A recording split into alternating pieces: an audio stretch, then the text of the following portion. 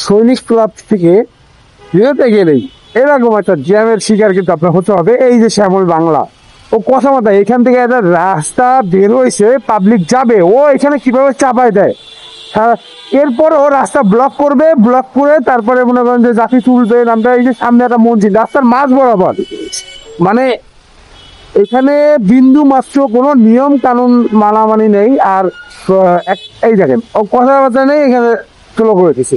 এখন যারা পিছনে বাইক থাকবে তারা তো নির্ঘাত মেরে দিবে। এইরকম করে সৈনিক ক্লাবের মুখটা দিয়ে মানে একটা প্রতিটা দিন মানে একটা ভালো একটা ক্রাউড করবে ওরা।